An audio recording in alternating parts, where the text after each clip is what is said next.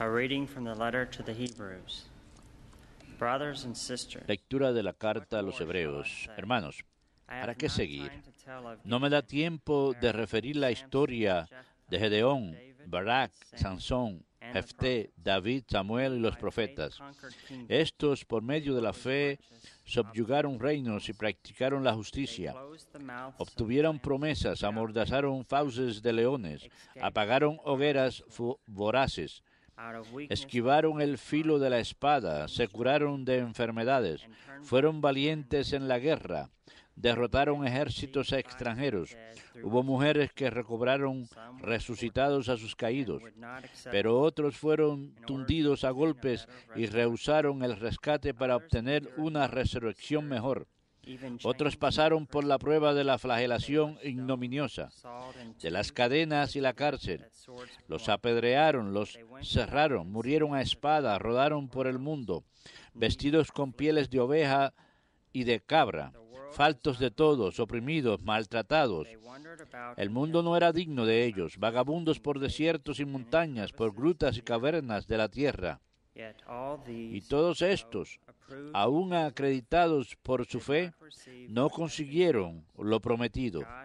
Dios tenía preparado algo mejor para nosotros, para que no llegaran sin nosotros a la perfección.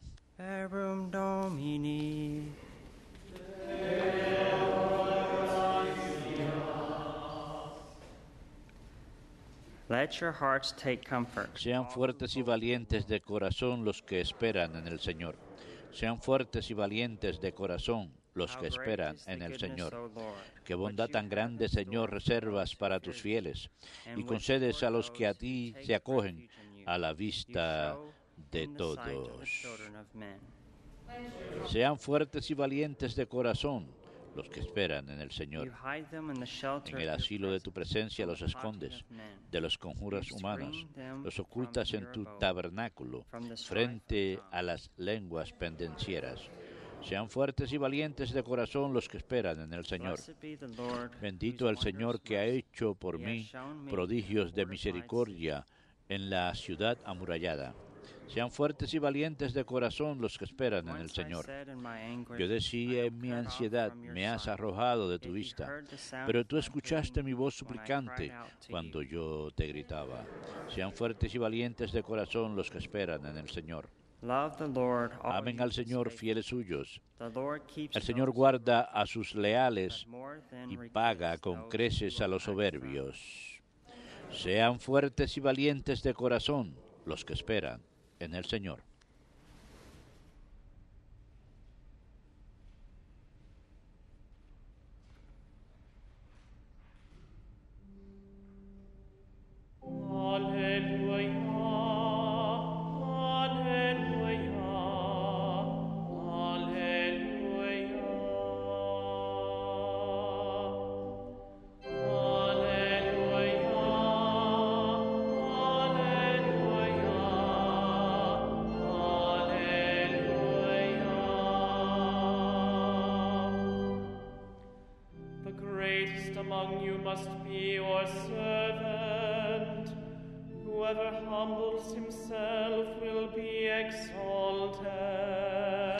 El más grande entre ustedes debe ser su siervo. Aquel que se rebaje ha de ser exaltado.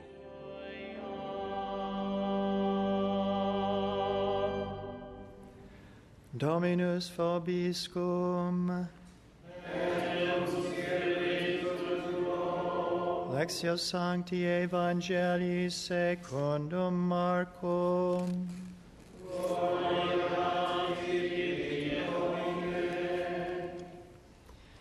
En aquel tiempo Jesús y sus discípulos llegaron a la orilla del lago en la región de los Gerasenos.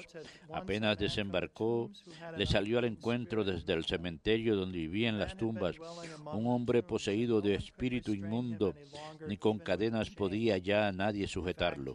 Muchas veces lo habían sujetado con cepos y cadenas, pero él rompía las cadenas y destrozaba los cepos, y nadie tenía fuerza para domarlo.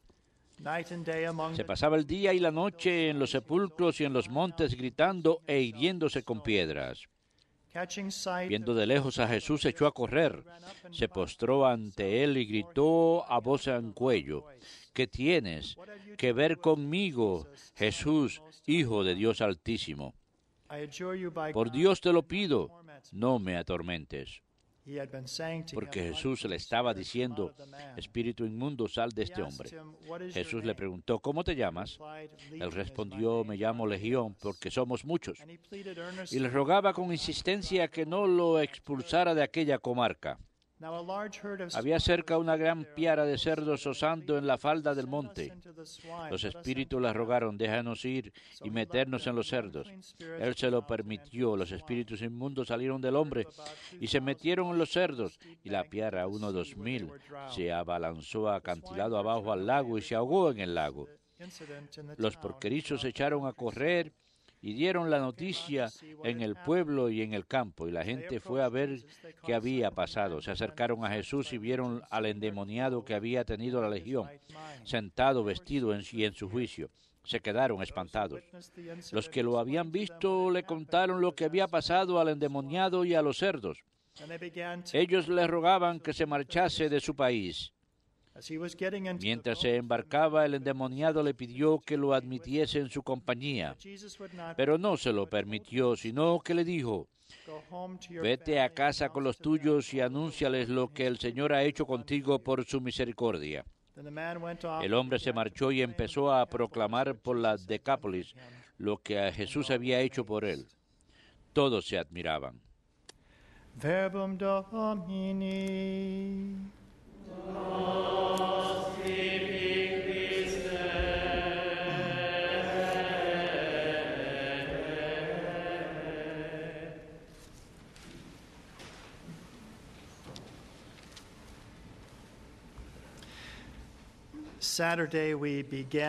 El sábado iniciamos el clásico texto bíblico sobre la fe, Hebreos capítulo 11.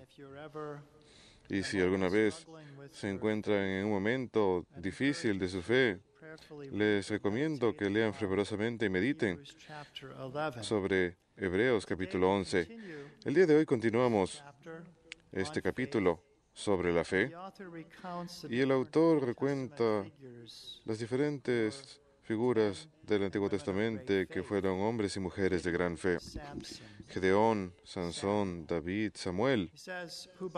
Dice: quien por medio de la fe subyugaron reinos e hicieron lo justo. De la debilidad recibieron poder. Algunos fueron torturados y no aceptaron.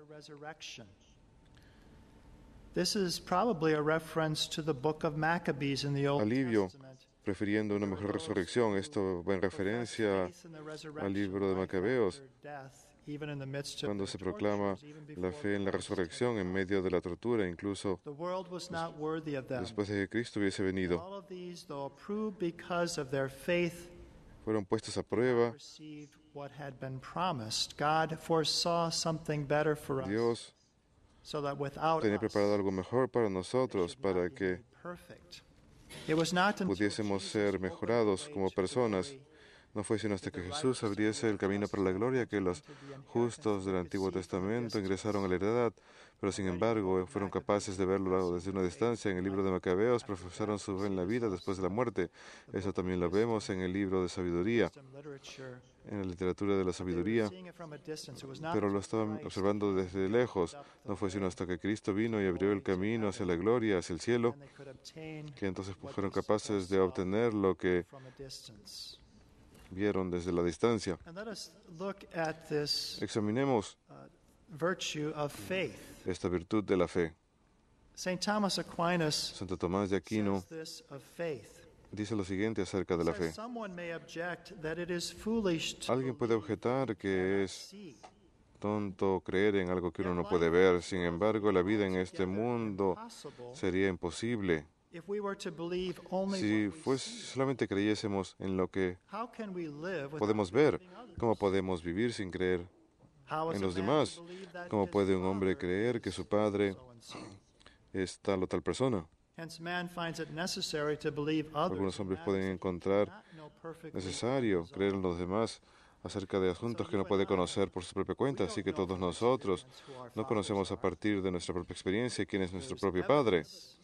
Existe evidencia de que el Padre que vivió en nuestra casa y que nos cuidó, incluso tal vez hay cierto parecido que tengamos con nuestros padres, toda esta evidencia señala hacia la verdad de lo que nuestras madres nos han dicho y de lo que nos han dicho de que tal persona es tu padre, pero no lo sabemos porque lo hayamos visto. Eso es un hecho. Hay muchas cosas que podemos decir. La historia. Tenemos que creer el testimonio de los demás. Y mientras más testigos hayan, más sólido es ese testimonio. Uno de los eventos históricos con más testigos son los evangelios. Tenemos tantos testigos del testimonio del evangelio, testimonios escritos de los primeros siglos después de Cristo, con muy poca variación, verdaderamente diferencias muy mínimas, que hablan acerca de la verdad de Cristo, la verdad de su vida, de su muerte, de sus milagros, su resurrección de los muertos. Así que Santo Tomás de Aquino indica que incluso en un nivel humano tenemos que aceptar lo que otros nos dicen. No podemos saber todo simplemente a partir de nuestra experiencia propia, sino que tenemos que aceptarlo con fe, y mientras más confiable es esa persona, más firmemente aceptamos eso. Escuchamos el día domingo acerca de la fe. Abraham creyó. Dios le había hecho una promesa de que él iba a ser el padre de una gran nación, aunque él se encontraba anciano y su esposa estaba anciana. Pero él creyó que aquel que le hizo la promesa era alguien confiable. Él creyó aquel que le había hecho la promesa.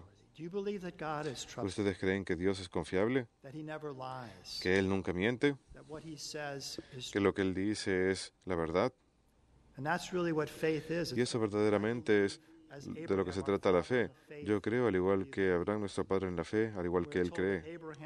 Y escuchamos que Abraham creyó y obedeció. Esa palabra obediencia proviene de la palabra obedire, escuchar. Significa escuchar, oír, buscar la voluntad de Dios, buscar su plan en nuestra vida. Y al llegar al entendimiento de ello, hemos de llevarlo a cabo. Eso es lo que significa la fe. Y debemos encarar todo en la vida con fe. Puede que hayan problemas o dificultades que hemos de encontrar en la vida, pero siempre hemos de encararlos con fe. Aquí tenemos una palabra de San Padre Pío.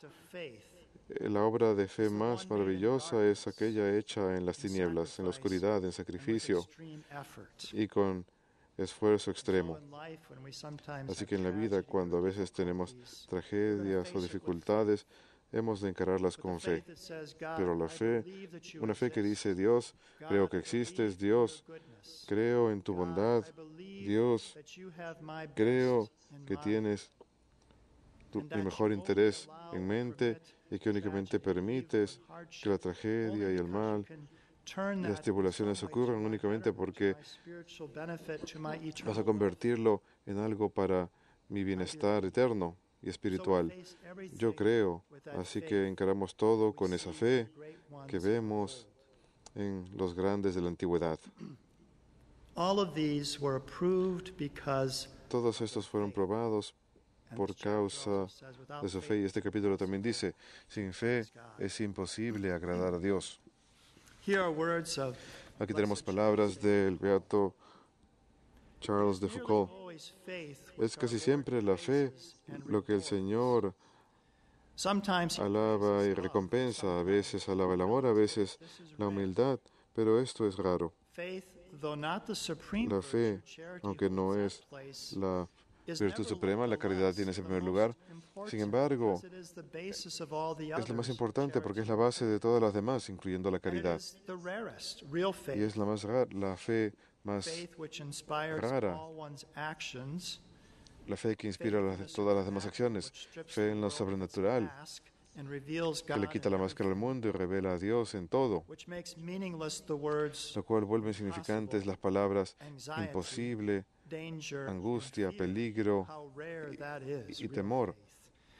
Cuán rara es la fe verdadera. La fe verdadera dice, vuelve insignificantes las palabras imposible, ansiedad, peligro y temor. Cuán rara es una fe verdadera.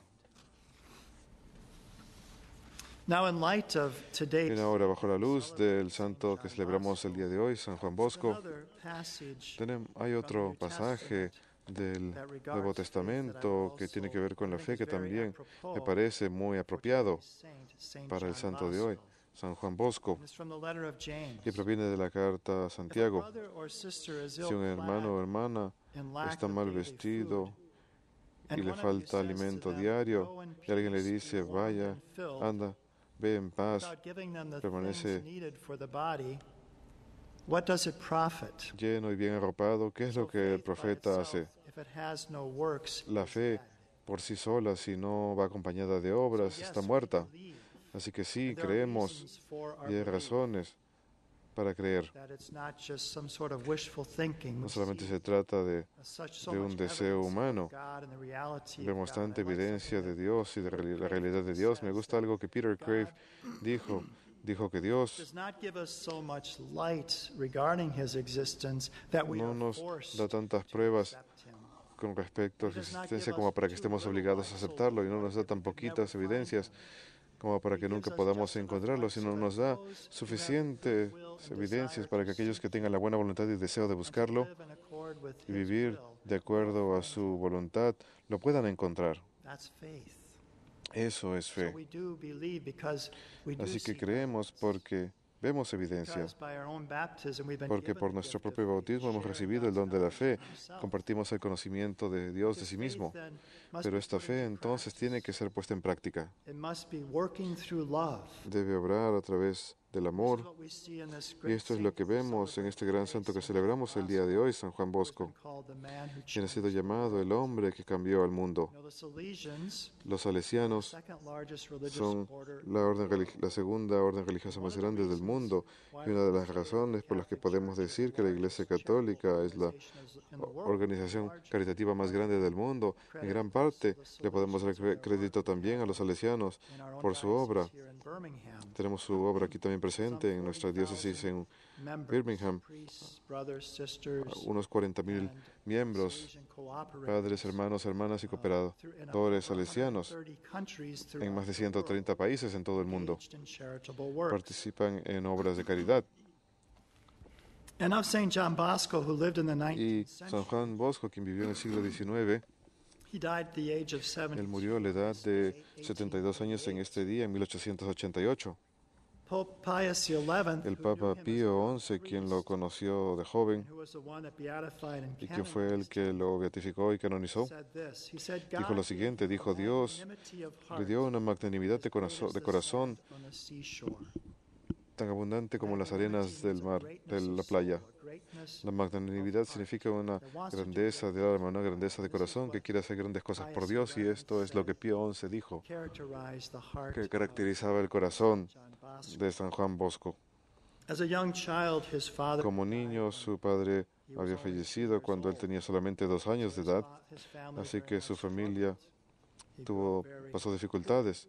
Se crió muy pobre. Uno de los talentos que desarrolló fue convertirse en un malabarista y acróbata experto. Y él solía organizar diferentes espectáculos para niños y adultos. Y en forma de pago solamente pedía que rezasen o que fuesen a misa ese día. Ese era el pago que él quería. Tenía un gran sentido del humor. Y había una historia acerca de cómo él, como era tan bueno como acróbata y malabarista, y diferentes cosas que él sabía hacer, que fue enviado a un internado por el director de un internado, fue enviado al sacerdote porque dijo, él debe recibir la ayuda del diablo porque él es capaz de hacer todos estos trucos. Así que el joven Juan Bosco fue donde el sacerdote le pidió que respondiese a esas acusaciones en contra de él.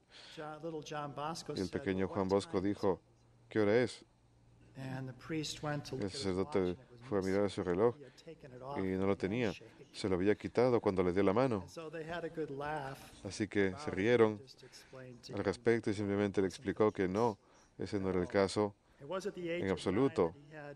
Fue a los 9 años que tuvo una visión, un sueño en donde vio su vocación futura de ayudar a los muchachos pobres de la calle. Y a partir de ese momento determinó convertirse en sacerdote y fue ordenado a los 26 años de edad. Fue en esta época en Italia, a mediados del siglo XIX, cuando el trabajo infantil era prevalente en toda Europa, y a partir de los 7 años, los niños a menudo eran enviados a trabajar en las fábricas durante largas y duras horas. Algunos de estos muchachos eran huérfanos que dormían en casas vacías o en la calle. Algunos provenían de familias grandes con madres viudas o padres discapacitados y estaban ayudando a proveer para las necesidades de sus propias familias, pero todos ellos eran pobres y muchos de ellos continuamente se metían en problemas porque no tenían ninguna dirección ni guía. Así que Don Bosco, como sacerdote, invitó a uno de estos jóvenes niños a que viniese con sus amiguitos a la iglesia y él había de enseñarles a rezar. Así que la semana siguiente se presentó con 4 niñitos más. Luego el grupo creció a 30, les dio de comer, les dio refugio, les enseñó catecismo y cómo leer y escribir. Su lema fue, denme almas y llévense el resto. Yo solía usar un sistema preventivo de educación, enseñarles a hacer el bien, alejarlos de sus malos entornos. ¿Cuán mejor es esto? Hay un movimiento hoy en día en las escuelas Cristo Rey, las que yo he mencionado anteriormente. Son escuelas que se están estableciendo en las zonas pobres de la ciudad para ayudar a prevenir.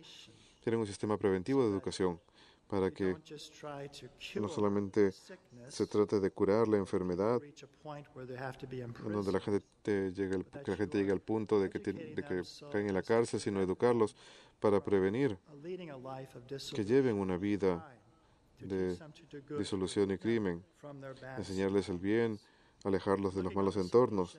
Cuando miramos la página web salesiana, y saludos en su día de fiesta a los salesianos, a nuestros hermanos salesianos en todo el mundo, en su página web tienen lo siguiente: la filosofía educativa de San Juan Bosco puede ser condensada en 3 palabras: la razón, la religión y la bondad. El principio básico de este concepto es el amor por los jóvenes y sus problemas.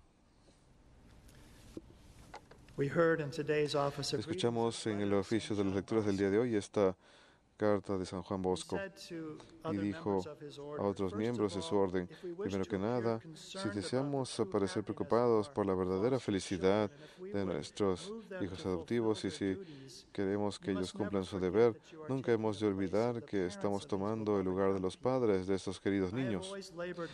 Siempre he trabajado con amor por ellos y llevado a cabo mis deberes sacerdotales con fervor, y la sociedad salesiana completa ha hecho lo mismo conmigo.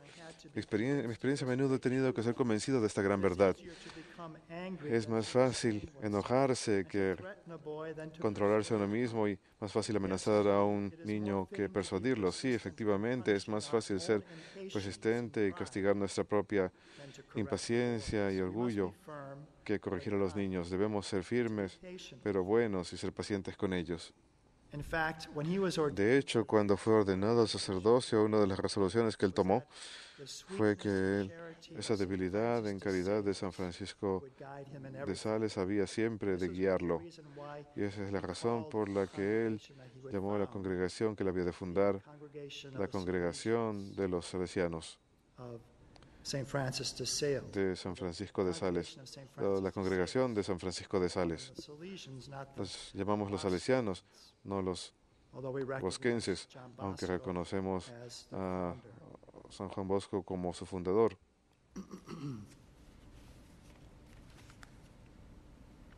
Después de haber visto una visión de niñas que estaban muriéndose de hambre, San Juan, junto con María Mazzarello, fundó a las hermanas salesianas y fundó un grupo laico llamado los Cooperadores Salesianos. Un número de años aquí en Birmingham, el hermano Charles Todell estuvo involucrado con los Cooperadores Salesianos y ahora va a su recompensa eterna. Y durante un tiempo breve, cuando fui ingeniero, yo estuve involucrado con los Cooperadores y en su buena obra para los jóvenes.